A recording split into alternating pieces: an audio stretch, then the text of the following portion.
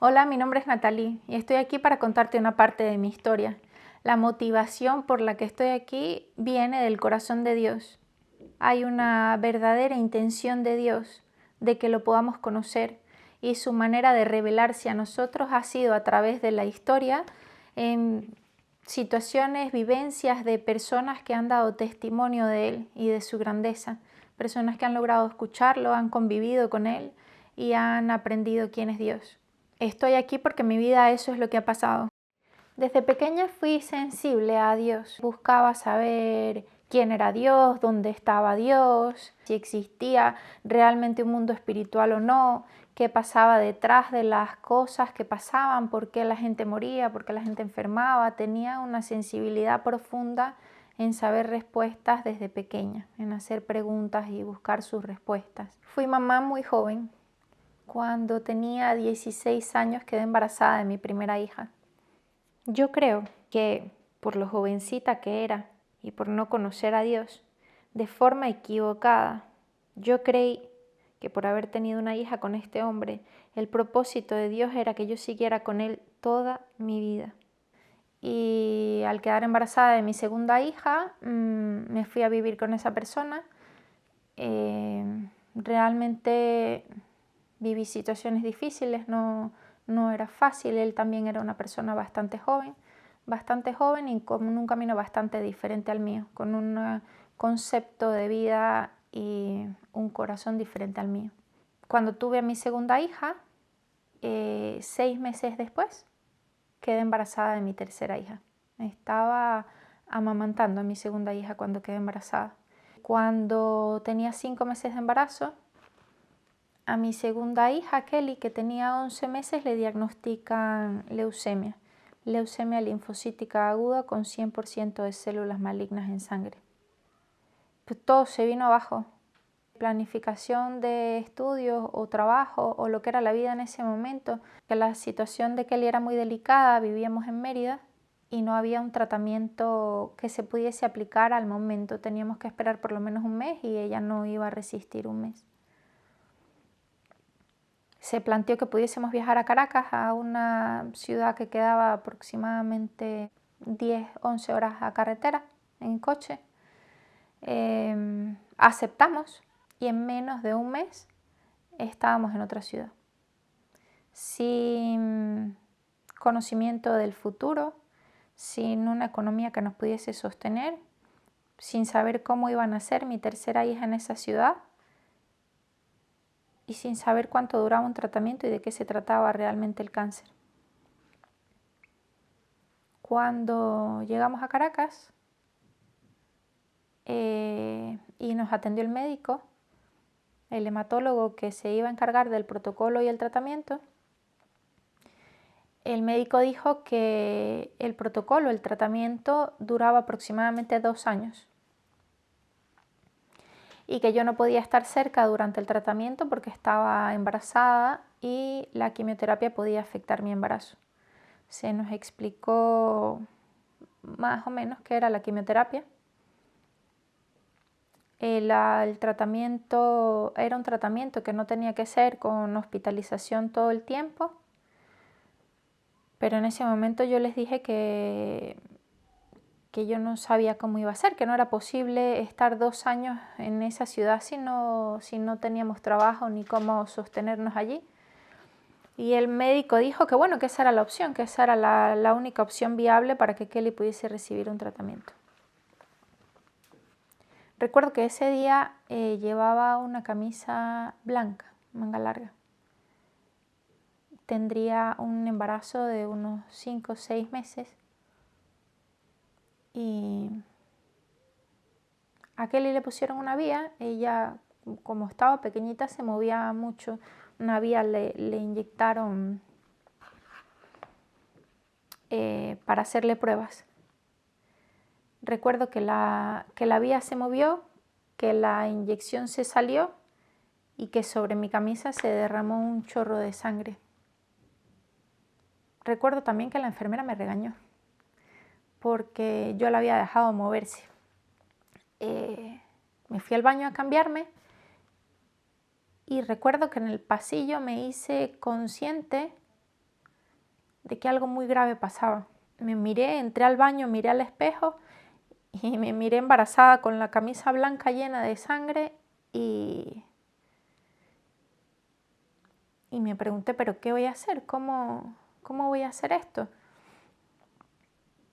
Había un cuestionamiento grandísimo dentro de mí. ¿Qué pasa? ¿Por qué pasó esto?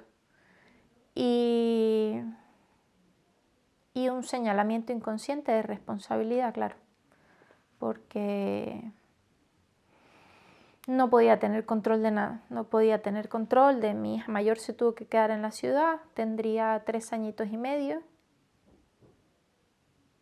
no podía cuidar mi embarazo y tampoco podía cuidar bien a Kelly,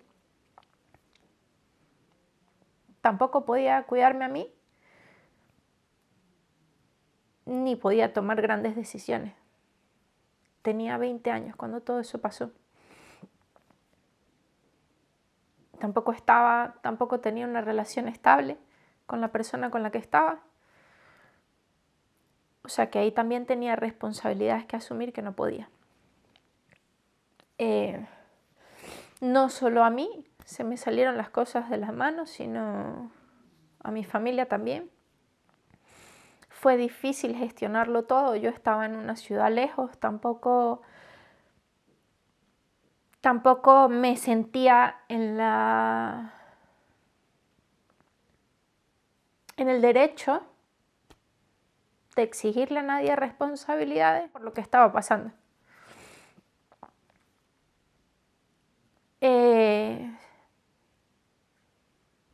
Yo solo clamé a Dios. Por supuesto que me cuestionaba también pedirle a Dios que me ayudara. Se me hacía difícil pedirle a Dios, pero necesitaba de Él. Necesitaba respuestas para saber qué hacer. Mi relación comenzó a ser con Él de pedirle por favor entendimiento para yo poder tomar decisiones y asumir esa situación en la que estaba. Porque realmente no importaba yo. Importaban en ese momento mis hijas que estaban afrontando las 3 una situación difícil. Sobre todo Kelly.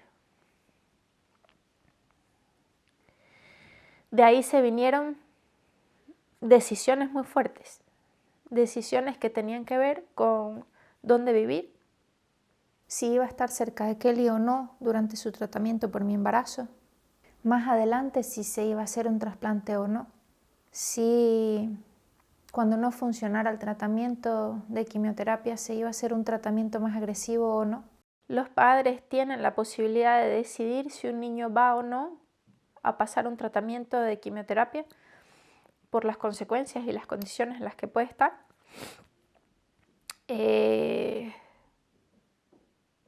Habían muchas decisiones que tomar y a pesar de mi poco entendimiento de Dios, los conocimientos que tenían eran católicos, de medicina china, de una cantidad de cosas enormes. Realmente tenía un pastel de cosas. Con ese pastel dije, bueno, tiene que haber una solución, aquí tiene que pasar algo. No había espacio a que me cuestionara si Dios estaba o no estaba, porque todo era demasiado delicado. Yo empecé a sentir también que mi responsabilidad de estar bien era demasiado grande. Yo no tenía, como quería en ese momento, un viejito sabio que se pudiese sentar frente a mí y decirme, Natalia, esto. Y yo comencé a escuchar más allá de lo que pasaba, a escuchar las canciones que pudiese haber alrededor de mí, lo que las personas podían decir e intentar ser sensible a lo que pasaba alrededor de mí. Yo sentía que así Dios podía contestarme qué hacer. Le pedía que me contestara en palabras firmes y claras, porque yo no entendía fácil. El nivel de bloqueos que tenía en ese momento era muy grande. Mi situación era de extrema vulnerabilidad y realmente estaba dispuesta a escucharlo. Y comenzó a contestarme, comenzó a guiarme en las situaciones difíciles. me dio fortaleza, porque ahora yo lo miro y digo, ¿cómo puede una mujer de 20 años estar embarazada con su hija con cáncer, con su otra hija lejos, con una relación inestable con la persona con la que estaba en ese momento, con ausencias en todos los sentidos, puede salir adelante y tener motivación y tener ánimo? Y ya eso yo lo considero que fue un milagro. Fuimos sustentados por personas que tenían su corazón sensible a la situación, muchos desconocidos, otras personas conocidas que organizaron eventos, coros. También hubo una persona que nos recomendó un familiar cercano que se hizo muy sensible a la situación y nos ayudó para conseguir un trabajo donde pudiese haber un ingreso y pudiésemos estar ahí en el hospital. Mis tías nos ayudaron con cobijo en sus casas por temporadas. La Fundación Mi Casita para niños con cáncer, que nos ayudó con cobijo, con medicamentos, con consejo, con ánimo. Milagros, que me la encontré por casualidad en los pasillos del hospital y era una doctora jefe de piso de la familia. Increíble, nos ayudó muchísimo. Mi tercera hija nació en medio de esa situación, hubo una cesárea, una recolección de sangre de cordón, se hizo una planificación para hacerle un trasplante de médula, pero el tratamiento que se le aplicó a Kelly no funcionó, su médula no volvió a entrar en remisión y su estado empezó a deteriorarse, a complicarse. Y en el camino, aunque estuve a la espera de un milagro, entendí en el último tiempo que no iba a ser así. Dios me mostró a través de otros niños, situaciones que viví, que el camino que Kelly estaba siguiendo era un camino a la muerte física, que su deterioro físico y lo que estaba pasando en ella, que ella se iba a ir. Luego de yo haber insistido mucho tiempo en que podía haber un milagro, en que ella se podía salvar, en que ella se podía sanar. Yo viví situaciones en las que le puse las manos, oré por ella y hubo sanación de situaciones de la piel, tuvo una necrosis en el cuello. Un médico podría saber que una necrosis en un cuello de un niño con neutropenia severa, con las defensas muy bajas, puede ser catastrófico. En Kelly sanó esa necrosis, sanaron cosas, ella logró sobrellevar la situación bastante fuerte. Emocionalmente era una niña muy risueña y con mucha luz, pero se fue, Dios se la llevó con él. Dios dejó que cosas pasaran antes de que ella se fuera. Yo recuerdo que las últimas 2 o 3 semanas, que eran semanas de infecciones, de fiebres, de mucho dolor, de sangrado, yo le rogaba a Dios que por favor, que no esperara tiempo, que qué tiempo estaba esperando, que si no iba a haber un milagro al 100% en ella, que por favor se la llevara. Pero realmente pasaron cosas que ayudaron a que el entorno aceptara también lo que estaba pasando, ya que su partida fuese en el momento en el que tenía que ser. El día que Kelly falleció, yo podría decir que vi, si no con los ojos, lo vi con el espíritu, cómo las manos de Dios se extendieron para recibirla. Recuerdo ese momento como un momento de absoluta tiniebla. Recuerdo que Kelly se ahogaba en mis brazos y dentro de mí había un clamor que gemía por una respuesta, por liberación, por esperanza para ella. Y recuerdo que en medio de ese desierto tan oscuro apareció una luz, una paz que supera todo entendimiento. No estábamos solas en ese cuarto. Ahí, en la oscuridad más grande, pude ver las manos de Dios extendidas. Sabía qué estaba pasando en ese momento. Su presencia traía respuestas a mí, aclaraba mi mente, y me hacía hacerme consciente de que Kelly le pertenecía desde antes de llegar aquí. Me hacía sentir esa confianza de que él la estaba recibiendo con amor profundo y que ella iba a estar perfectamente bien. En ese momento, un amor sin igual estaba dentro de mí y con una fuerza sobrenatural yo la dejé irse con él. Por alguna razón sentía que era un momento especial para ella y no sabía lo trascendental y especial que era para mí. Yo creo que todo lo que ha pasado después, los tiempos que he pasado de duda, en los que ha sido difícil sostener la convicción, ese es un momento que nadie ha podido quitar de mí. La convicción, el saber que realmente ella está con él. Luego de que eso me pasó, con los años fui buscando el camino de la sanación por diferentes vías. Una vez una tía me llevó a una iglesia cristiana y empecé a conocer más a profundidad de Jesucristo. Y en una prédica, cuando hablaron sobre la luz de Dios que cegó la vista de Saulo, recibí la revelación que cambió mi vida. Reviví ese recuerdo de la luz que había visto. Esa luz que vio Saulo, que era Dios, era la luz que se mostró a mí cuando Kelly murió.